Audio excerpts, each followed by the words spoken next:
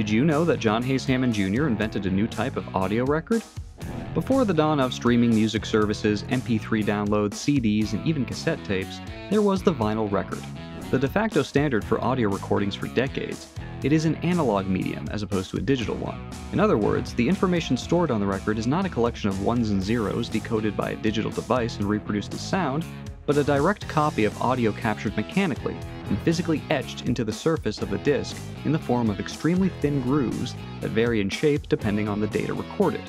A thin stylus or needle slides along these grooves as the record spins on a turntable, the resulting vibrations being transmitted and reproduced as sound vibrations via a speaker system. The invention of the phonograph is credited to one of Hammond's mentors, Thomas Edison, in 1877.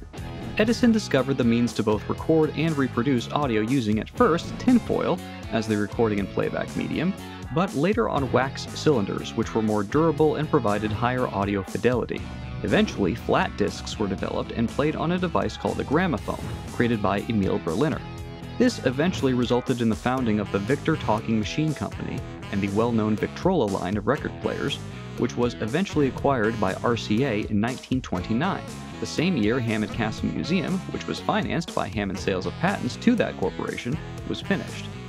While records were initially made of different substances like rubber and shellac, RCA Victor introduced vinyl records in 1931, and it proved the preferred material thereafter due to its superior qualities such as durability, lighter weight, and audio fidelity.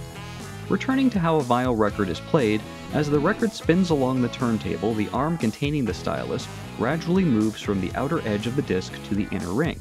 As it does so, on a multi-track record album, the tracks progress from one to the next. Records are typically double-sided, necessitating a flip from side A to side B to listen to the complete album. Unlike modern digital music media such as CDs and MP3s, skipping or shuffling tracks or choosing a specific track to listen to is generally not as simple a procedure on vinyl records. While it is possible to look closely at the surface of a record and discern the divisions between tracks, it demands a keen eye and can be imprecise, leading to one dropping the needle either too early and hearing the end of the previous track, or too late, cutting off the beginning of the desired one. While certain record players, for example in the 1980s, did allow for automatic selection of a desired track, and certain experimental vinyl records allowed for a form of randomized playback, these features were and are not the norm. In 1948, John Hayes Hammond Jr. filed a patent for a phonograph record that would allow for precise selection of a specific track, which was granted in 1950. The record itself would be made of transparent material, but would have an inner core of multicolored rings corresponding to each track on the album.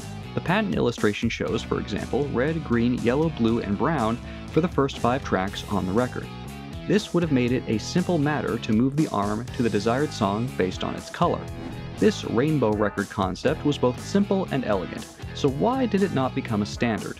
The answer might lie in the fact that such a record would naturally be more expensive to produce than a standard black vinyl record.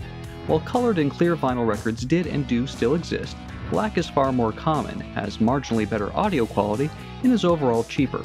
Hammond's design would have required multiple materials, as many as 6 based on the patent, and the convenience may not have been seen as worth the additional expense. It would also have been more difficult to manufacture given the multiple parts. While multicolored vinyl is not uncommon, it is generally imprecise due to the nature of pressing vinyl records. Hammond's system was based on precision, meaning the colored discs would have needed to be cut so that they would match the grooves of each track and embedded within the center of the clear disc. This would have likely required special machinery designed for the purpose, again increasing costs for a modest consumer convenience.